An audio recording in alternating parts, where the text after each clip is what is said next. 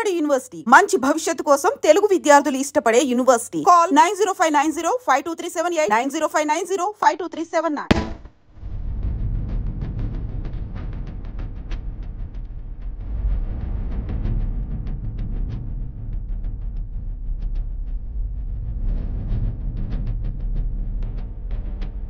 Ameenpur municipality పరిధి అట్లాగే రాఘవేంద్ర నగర్ కాలనీలో ప్రస్తుతం అయితే మనం ఉన్నాం. ఈ ఇంట్లోనే ముగ్గురు పిల్లలకి విషమిచ్చి తల్లి కూడా అదే అన్నం తినడం జరిగింది. అయితే తల్లి ప్రస్తుతం అయితే అంటే హాస్పిటల్లో ట్రీట్మెంట్ తీసుకుంటుంది. కానీ ఇదే ఇంట్లో ముగ్గురు పిల్లలు ఆ తల్లి పెట్టిన అన్నం తిన్న తర్వాత పాపం వాళ్ళకు కూడా తెలియదు, నురగలు కక్కుతూ పాపం పొద్దున్న లేసేసరికి చనిపోయినటువంటి సిచ్యువేషన్. ఇదే ఇల్లు మనం చూడొచ్చు. సో ఒక్కసారి లోపలికి వెళ్దాం. ఇప్పుడైతే తాళం వేసి ఉంది, ఎందుకంటే అందరు కూడా ఈ ముగ్గురు పిల్లలు ఎవరైతే ఉన్నారో ఆ ముగ్గురు పిల్లల మృతదేహాల్ని ప్రస్తుతం అయితే గవర్నమెంట్ హాస్పిటల్కి అయితే తీసుకువెళ్ళిండ్రు.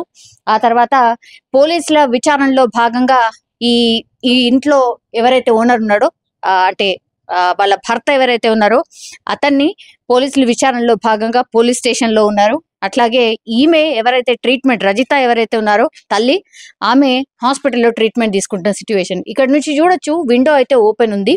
ఇది లోపల ఇల్లు అన్నమాట. పూర్తిగా పాపం రోజు వాళ్ళు వాళ్ళ ఫ్యామిలీ అందరూ కలిసిమెలిసి ఉండేటోళ్ళు. అట్లాంటి ఇంట్లో ఇప్పుడు ఎట్లాంటి హడావిడి లేని పరిస్థితి మనం చూడొచ్చు. ఆ టేబుల్ మీద బ్యాగ్ ఉంది. పాపం ఆ పిల్లలు చదువుకునే స్కూల్ కి వెళ్లే బ్యాగ్, పెన్సిల్స్ అవన్నీ కూడా మనం చూడొచ్చు. ఇప్పుడు ఈ ముగ్గురు పిల్లల పేర్లు వచ్చేసి సాయి కృష్ణ, మధుప్రియ, గౌతమ్. వీళ్ళందరూ కూడా కేవలం 12, 10 అట్లాగే 8 సంవత్సరాల పిల్లలు మాత్రమే. వాళ్ళ బట్టలన్నీ కూడా మనకి ఇక్కడ కనిపిస్తున్నాయి. పాపం ఆ పిల్లల బట్టల్ని మనం చూడొచ్చు. ఇది అంటే లోపల కాలనీ లోపల ఉంది, అంటే కిరాయికి ఉంటూ వీళ్ళు ఇక్కడ జీవనం సాగిస్తున్న పరిస్థితి. చాలా చిన్న ఇల్లుగా కూడా మనకైతే కనిపిస్తోంది. మనం చూడొచ్చు వీళ్ళకు సంబంధించిన బట్టలన్నీ కూడా ఇక్కడ బయట అట్లాగే ఉండిపోయినాయి. వాళ్ళు కూడా రోజులాగానే తెల్లారుతుంది, రోజులాగానే మనం స్కూల్కి వెళ్ళాలి ఇట్లనే అనుకొని ఉంటారు. కానీ మరి ఈ కుటుంబ కలహాల నేపథ్యంలోనే ఇప్పుడు భార్య భర్తల మధ్య గొడవ కారణంగానే ఆ పిల్లల్ని పూర్తిగా చంపిన తర్వాత ఆ తల్లి కూడా ఆత్మహత్య ప్రయత్నం అయితే చేసింది. కానీ ఆమె బయటపడినటువంటి సిచ్యువేషన్, ఎందుకంటే కడుపులో చాలా ఎక్కువగా నొప్పి రావడంతో అరవడం స్టార్ట్ చేసింది. ఇక భర్త వెంటనే ఆమెను హాస్పిటల్కి తరలించారు. ఇప్పుడైతే ఆమె ట్రీట్మెంట్ తీసుకుంటున్న సిచ్యువేషన్ అయితే కనిపిస్తోంది. ఈ ఇంట్లో మనం చూడొచ్చు ఇక్కడ అన్ని కూడా ఇండివిజువల్ హౌసెస్ కాలనీ ఇది. సో దీని అపోజిట్ లో కూడా మనకు అన్ని ఇండ్లే కనిపిస్తున్నాయి. ముందట కొంచెం జాగా ఉంది, అట్లనే సైకిల్స్ అవన్నీ ఉన్నాయి. భర్త ఈయన వాటర్ ట్యాంకర్ కి సంబంధించిన జాబ్ చేస్తూ ఉంటారట. అంటే ఎండాకాలం వచ్చింది కాబట్టి ఈ వాటర్ ట్యాంకర్స్ ఎక్కువగా ఉపయోగిస్తున్నారు, ఎందుకంటే గ్రౌండ్ లెవెల్లో వాటర్ పడిపోయింది కాబట్టి చాలా మట్టుకైతే ఈ బుకింగ్స్ అన్ని కూడా ఎక్కువ అవుతున్నాయి. సో దానికి సంబంధించిన డ్రైవర్ ఆయన. సో నిన్న రాత్రి వరకు కూడా ఆయన అదే డ్యూటీ చేసుకొని ఇంటికి వచ్చాడు. ఇంటికి వచ్చిన తర్వాత నార్మల్ గానే పిల్లలకు అన్నం పెట్టి రోజులాగానే పడుకున్నారు అందరూ అని అనుకున్నాడు. కానీ అనుకున్నటువంటి సంఘటన ఆయన కూడా షాక్ అయిపోయిన పరిస్థితి. కానీ వీళ్ళిద్దరి మధ్యలో కొంత మనస్పర్ధలు అయితే ఉన్నాయి, గొడవ పడేవాళ్ళు అన్నటువంటి మాట చెప్తూ ఉన్నారు. అట్లాగే ఈ చుట్టుపక్కల వాళ్ళ దగ్గర నుంచి కూడా కొన్ని, అంటే ఎప్పుడైనా నిజంగా గొడవ పడ్డ సందర్భాలు ఏమైనా ఉన్నాయా, గొడవ పడ్డట్టు ఏమైనా వినిపించాయా ఏంటి అనేది కూడా కనుక్కునే ప్రయత్నం చేద్దాం. కానీ ఈ ఇంట్లో రోజు లాగానే వాళ్ళు కూడా తెల్లారుతుంది, అగైన్ మనం స్కూల్ కి వెళ్ళొచ్చు ఇదంతా అనుకొని ఉంటారు. కానీ తల్లి డిసైడ్ అయిపోయింది, ఖచ్చితంగా ఇంకా ఉండలేను, మా ఇద్దరి మధ్యలో గొడవ కారణంగా పిల్లలు బలైపోతారు కాబట్టి వాళ్ళని బతికించి కూడా నేను ఏం చేయలేను కాబట్టి తను ఆత్మహత్య చేసుకోవడం, అట్లాగే పిల్లలకు కూడా అన్నంలో మరి ఏం కలిపిందా ఏంటో తెలీదు, కానీ విషంలో ఏదో కలిపింది, వాళ్ళకి తినిచ్చింది, ఆ తర్వాత తను కూడా తినింది. కానీ గట్టిగా కడుపు నొప్పి రావడంతో గట్టిగా అరవడం, ఆ తర్వాత హాస్పిటల్ కి తరలించడం అయితే జరిగింది. ఒకసారి మాట్లాడదాం. ఎవరమ్మా మీరు? ఇక్కడ రెంట్కుంటున్నా. ఏమైందమ్మా, తెలిసిందా ఏమైనా? ఏం తెలియదు, అంటే పొద్దున 2:40 అట్లా అరుపులు వినిపిస్తున్నాయి బయట నుంచి. వాళ్ళ అదే చెన్నయ్య హస్బెండ్ అరుపులు వినిపిస్తున్నాయి, ఏడ్చుకుంటా అరుపులు వినిపిస్తున్నాయి. మాకు ఇంట్లో కుక్క పిల్ల ఉంది, ఆ కుక్క పిల్ల అరుస్తున్నది. అరుస్తుందని బయటికి తీసుకొచ్చినాం. బయటికి తీసుకొస్తే ఈ గేట్ దగ్గర వచ్చినాం. ఈడ వాళ్ళ హస్బెండ్ ఇంకా వాళ్ళ వైఫ్ పడిపోయి ఉన్నారు. హస్బెండ్ లేపుతున్నాడు, లేపుస్తలేదు. మా ముగ్గురు చిన్నపిల్లలు చనిపోయారు, మా వైఫ్ నన్ను కాపాడండి అని గోల గోల అరుస్తున్నాడు. మేము వచ్చి అడిగేసరికి ముగ్గురు చనిపోయారు, మా భార్యని కాపాడండి అని అనగానే నేను చూసిండు హస్బెండ్ ఆల్రెడీ పిల్లల్ని చూసిండు. పిల్లల పొజిషన్ ఎట్లుండే అమ్మా, మీరు వెళ్ళి చూసిండ్రా? మేము అప్పుడు వెళ్ళలే, ఒక 20 minutes తర్వాత పోతే బురుగు వచ్చింది నోట్ల నుంచి. ముగ్గురికి. ఏం తిన్నారు అని అంటున్నారు? అంటే పెరుగన్నంలో ఏదైనా విషయం ఇచ్చిరామో అంటారు అంతే. ఇప్పుడు అప్పుడు ఆమె అంటే మాట్లాడుతుందా? అసలు స్పూర మొత్తం పోయింది, పడిపోయి ఉంది. పడిపోతే మా ఓనర్ అంకుల్ వాళ్ళకి చేసి పోయి పిలిస్తే హాస్పిటల్ తీసుకోరు కార్లో.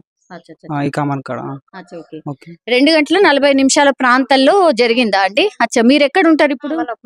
వాళ్ళ మమ్మీని నేను. ఎక్కడ ఉంటారు మీరు? ఇక్కడే ఉంటాం మేము. ఏమైంది, మీరు కూడా వచ్చిండ్రా రాత్రి? నేను మా అబ్బాయి వచ్చినాము, నాకు ధైర్యం కాక వెళ్ళిపోయినా. మా అబ్బాయి వచ్చి మా ఓనర్లకు పిలుచుకొచ్చాడు.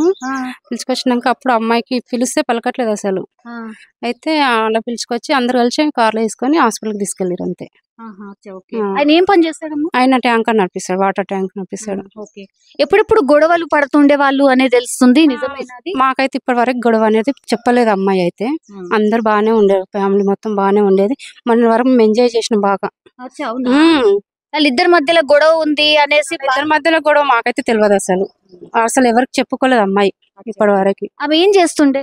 అమ్మాయి టీచర్ గా చేసేది స్కూల్లోనా? స్కూల్లో. ఎక్కడ, ఏ స్కూల్? ఎక్కడ ఉందమ్మా స్కూల్? ఇక్కడ రాఘవేంద్ర కాలనీ బస్ స్టాప్ దగ్గర. ఆమె కూడా డ్యూటీ చేస్తుండే. పిల్లలు ఎక్కడ చదువుతుండే మరి? డార్విన్ స్కూల్లో. మంచిగానే పిల్లలు అదంతా ఏమైనా చెప్పేటోళ్ళ? అమ్మ నాన్న కొట్లాడుతుండ్రో ఇట్లా? లేదా, పిల్లలు అసలు బయట అసలు ఏం చెప్పకపోయేది, మంచిగా ఆడుకునే వాళ్ళు, సంతోషంగా ఉండేవాళ్ళు. అందరు పిల్లలు మంచిగా ఉండేవారు పిల్లలంతా. అయితే నిన్న ఇన్సిడెంట్ జరిగిన తర్వాతనే మీకు కూడా తెలుసు? అంత ముందుకు అసలు ఏం తెలియలేదు మాకు. అది అయినాకనే ఆయన అరుస్తుంటే మేము వచ్చినాం అంతే తప్ప మేము రాలేము అంతవరకు.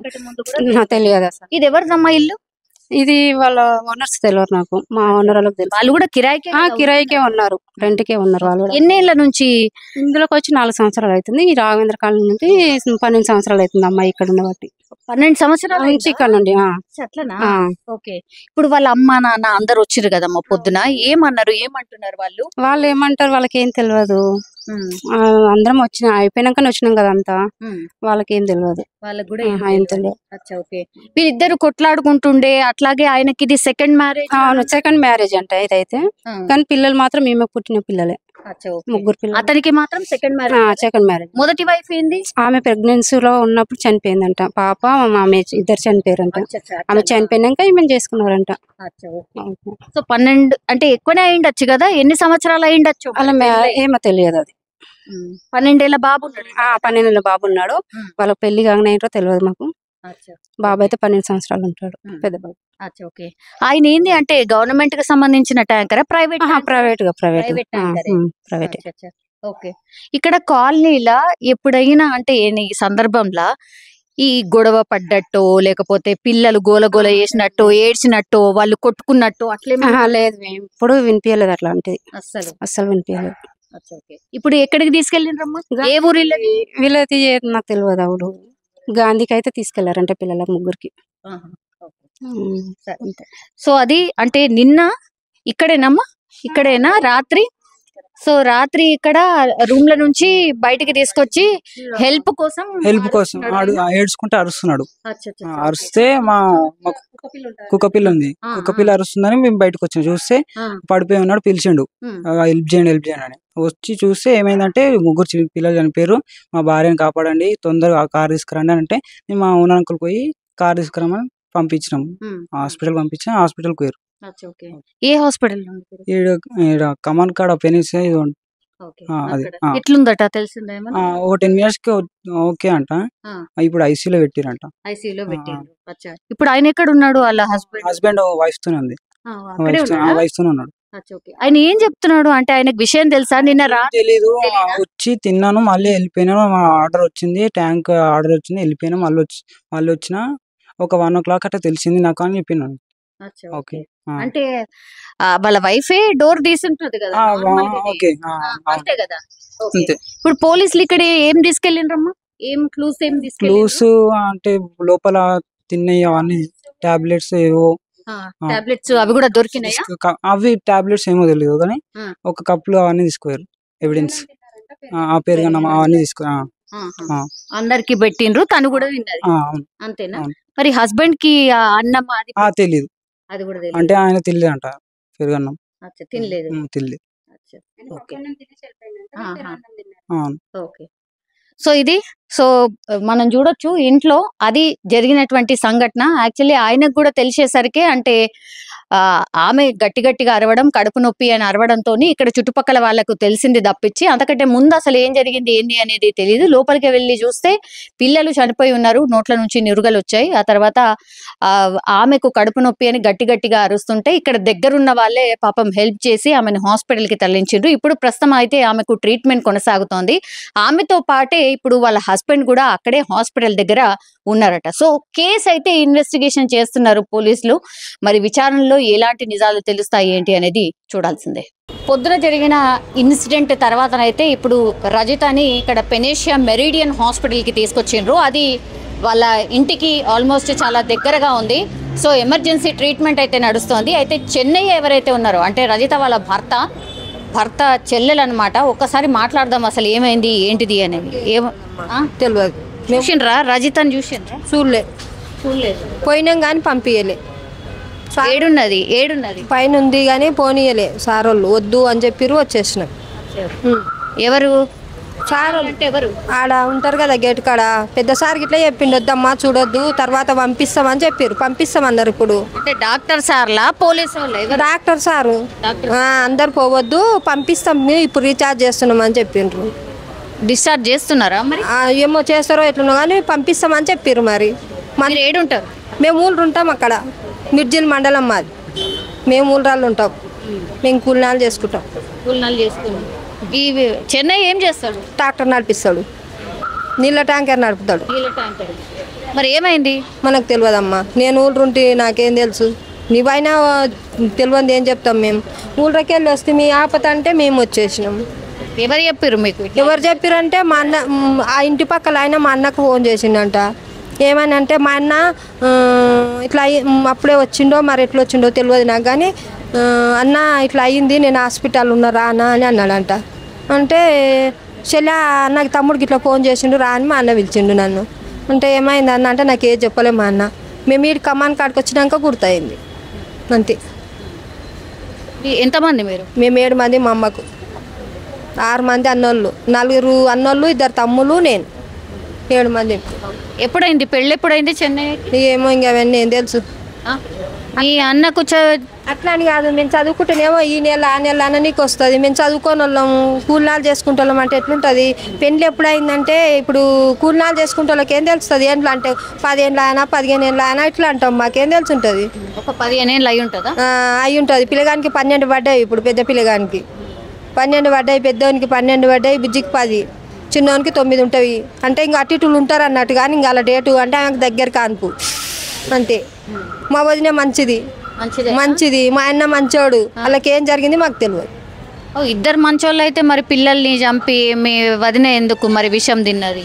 తెలియాలి, ఆమెకు తెలియాలి, అడగాలి, ఆమెనే అడగాలి. మాకేం తెలుసు, మేము ఊళ్ళో కూలి చేసుకుంటాం, మాకేం తెలుసు ఉంటుంది. ఇప్పుడు రావడం పోవడం అంటూ లేదా? ఎప్పుడు కాదు, నాకు ఆపరేషన్ అయింది, గర్భసంచి ఆపరేషన్. నేను 4-5 ఏళ్ళు అవుతుంది ఇక్కడికి రాకుండా అయ్యి, నాకు తెలియదు. ఫోన్లో కూడా ఫోన్ మాట్లాడడానికి నెల అవుతుంది, ఫోన్ మాట్లాడాక నేను ఫోన్ మాట్లాడలేక. ఒక్కరోజు ఫోన్ చేసింది, ఆమెనే చేసింది. ఫోన్ చేసి ఏమన్నదంటే కొన్ని తెల్లజొన్నలు తీసుకురా, కొంచెం మిరపొడి పట్టించుకురాక మీ అన్న ఇంటికి వస్తాడని చెప్పింది. అది ఒకటే మాట చెప్పింది మా వదిన. అక్క అంటది కొంత మిరపొడి కొన్ని తెల్లజొన్నలు పంపియాక అంటే పచ్చజొన్నలు ఉన్నవే గింటి పట్టియలేదు, తెల్లజొన్నలు అయితే లేవు, పంపిస్తా కానీ అన్న ఒక మాట అన్నది, ఫోన్ పెట్టేసింది అంతే. నెల క్రితం మాట్లాడిన మాట కాదు, వారం అయింది ఈ మాట మా వదిన చెప్పి. పోయిన ఆదివారం నాడు చెప్పింది. ఇంకా ఒకటే మాట నేను మాట్లాడిన ఆమెతోటి. ఆ ఒక్క మాట ఎందుకు, ఆమెనే ఫోన్ చేసింది, నేను చేయలే. చేసి అమ్మ మిరపొడి అయిపోకొచ్చిందమ్మా, మిరపొడిది అని అంటే సరే లేపే పట్టిస్తా. సో అప్పుడిప్పుడు మాట్లాడుకునేటోళ్ళు, కానీ మరి మీ అన్నకు వదినకి ఏమన్నా గుసలాటలు ఏమన్నా ఏమో నాకు తెలియదు అమ్మా. మంచిగా ఉన్నారు, ఉన్న రోజులైతే మంచిగానే ఉన్నారు. నాకైతే తెలియదు దూకేనే మేము ఏమని చెప్తాం చెప్పు. ఇప్పుడు తెలిసిందే, చూసినామంటే పీనియన్ చూసినామంటే చూసినా అని చెప్తాం. చూడండి ఏం చెప్తాం మేము. మా అన్న మా వదిన గురించి అయితే మాకు ఏది తెలియదు, ఎన్నడూ వీక్లాలే మా ముందల. ఇప్పుడు 3 పిల్లలు చనిపోయి ఉన్నారు కదా, పోయి చూసిండ్రా ఇంట్లో? చూసినాం, ఇంట్లో పోలేదా? పోనీయలే సార్ వాళ్ళు, బయటనే వెళ్ళి చూసినాం. టీవీలో అయిన వాళ్ళు కూడా ఉన్నారు, ఆడ బయటనే ఉన్నాం, లోపలికి పోనీయలే. అంటే పోవద్దమ్మా అని చెప్పిర్రు. వాళ్ళు తీసుకొస్తుంటే రోడ్ మీద ఇట్లా సైడ్కి లివాడు చూసినాం. బాబును ఒక బాబుని చూసినాం, ఒక బాబుని చూడలే. ఎందుకు చూడలే అంటే పరదేసిర్రు ముఖం మీద. పాపను చూసినాం. మరి అట్లా అంటే 3 పిల్లలు కదమ్మా, ఏమైంది అంటావు? తెలియదు, నాకు తెలియదు అమ్మా. నేను ఊళ్ళరాళ్ళు ఉంటా, నాకు తెలియదు ఎందుకంట తెలియదు. మీకు అమ్మ నాన్న ఉన్నారా? అమ్ముంది కానీ చేత కాదు మా అమ్మకు, నాయన లేడు. చెప్పిండ్రా ఇట్లా అయిందని? చెప్పలే, తెలియదు ఇంకా అమ్మకు తెలియదు. మరి ఒక్కళ్ళే ఉన్నారు ఏంది? మిగతా అక్క చెల్లెళ్ళు అన్నదమ్ములు లేరు? అందరు పిలిపిన్గా ఇంకా పోయి ఒక్కరం ఎందుకు ఉన్నాము? ఉన్నాము, ఇక్కడ 4 ఉన్నాము, 5 మంది ఉన్నాం. ఇప్పుడు ఏ ఊరు, ఏడ చేస్తున్నారు మరి? ఊళ్ళరా మాదా మెతికి వెళ్ళి తలకొండపల్లి మండలం అక్కడ. మరి మీ అన్న మీదనే ఆరోపణలు వస్తున్నాయి కదా, గుసలాడుకున్నారనో లేకపోతే ఇంకోటనో. మరి పోలీసులు తీసుకుపోయినరు కదా? తీసుకుపోయారు కరెక్ట్. కానీ మా అన్న అట్లోటోడు కాడు కాడు మా అన్న. ఇంకా వాళ్ళిద్దరికే తెలియదు. ఇప్పుడు మా వదిన ఉంది కదా, మా వదిన మంచిగా ఉంది, మా వదినతోటే తెలియాలి. వాళ్ళిద్దరికి సంబంధమే తెలియాలి, మాకేది తెలియదు. మా అన్నలకు తెలియదు, మాకు ఊళ్ళో మేమైతే వాళ్ళు ఊళ్ళారు. ఇప్పుడు ఎవరి ఇంట్లో ఉన్నది ఎవరికి తెలుస్తుంది, మాకు తెలియదు. కాదమ్మా, అంటే మీ అన్నకు ఆల్రెడీ ఒక మ్యారేజ్ అయింది, ఇప్పుడు సెకండ్ ఆమెనా? అవును. ఎందుకట్లా, ఏమైంది? మొదట ఆమె ఏమైందంటే కన్నలేక చచ్చిపోయింది. కన్నలేక జడ్జిగానే చచ్చిపోయింది ఆమె. చచ్చిపోయినాక వాళ్ళు వచ్చిర్రు, పిల్లని చూసుకున్నాం, మాట్లాడుకున్నాం, పెళ్లి చేసుకున్నాం. ఈమె కూడా రెండో పెళ్ళ? ఈమె కూడా ఏం కాదు మొదటి పెళ్ళి. పెళ్ళైన కాడి నుంచి బాగానే మంచిగానే ఉండ్రు, అప్పటి నుంచి అయినా మంచిగానే ఉన్నారు. ఆమె ఏం చేస్తుంది మీ వదిన? మా వదిన ఇంట్లోనే ఉండేది, కానీ ఇప్పుడు ట్యూషన్ చెప్పనికే పోతుందంట. నాకు తెలియదు. మా వదిన ట్యూషన్ చెప్పనికే పోతున్నా అన్నది కానీ తెలియదు మాకు. అప్పుడు పిల్లలు చిన్నగా ఉన్నారు, చిన్న దగ్గర కానుకున్నది, ఇంటికానే ఉన్నది మా వదిన. ఇప్పుడు డాక్టర్లు ఏం చెప్తున్నారు మరి? ఇంకేం చెప్పలే అమ్మ. ఏం చెప్తలేరా? మంచిగానే అయితే ఉందా? మంచిగానే ఉందా అని సార్ అన్నాడు, మంచిగా ఉందా అన్నాడు. మరి పిల్లలకి ఇట్లా అయింది అసలు ఏమన్నా తెలుసా అతనికి? మేము పోతే చెప్పుదాం, మాకు ఆమె చెప్పు. మేము పోయింది మేమేం చెప్తాం? ఏం తెలియదు, ఆమె గుర్తులేదా? ఇంకా ఆమెకు మేము పోలే, మాకు తెలియదు. ఆమె మా తోడు చెప్తేనే కదా మాకు తెలిసేది. మేము పోయి ఆమె తోడు చెప్తే ఆమెకు తెలుస్తుంది. మేము పోలే. ఇప్పుడు ఎవరెవరు వచ్చారు? ఇప్పుడు మీరు ఒక్కళ్ళు కాకుండా ఇంకెవరున్నారు? మా వదిన ఉంది, మా అన్నుండు, మా తమ్ముడు, అందరు ఉండరు. ఎవరు తమ్ముళ్ళు? ఎవరు?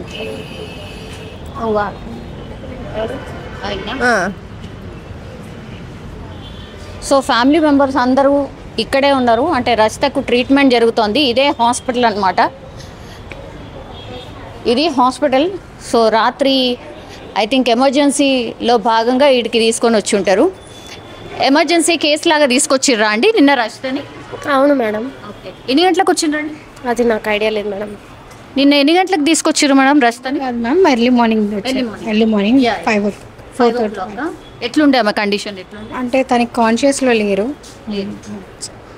ఓకే, ఆమెతో పాటు ఎవరు ఉండండి? అంటే నైట్ షిఫ్ట్లో ఉన్న వాళ్ళు ఉన్నారు మ్యామ్, మేము లేవు. మేబీ వాళ్ళ హస్బెండ్ ఒక్కడే ఉండిండొచ్చా? ఎస్ అంతే.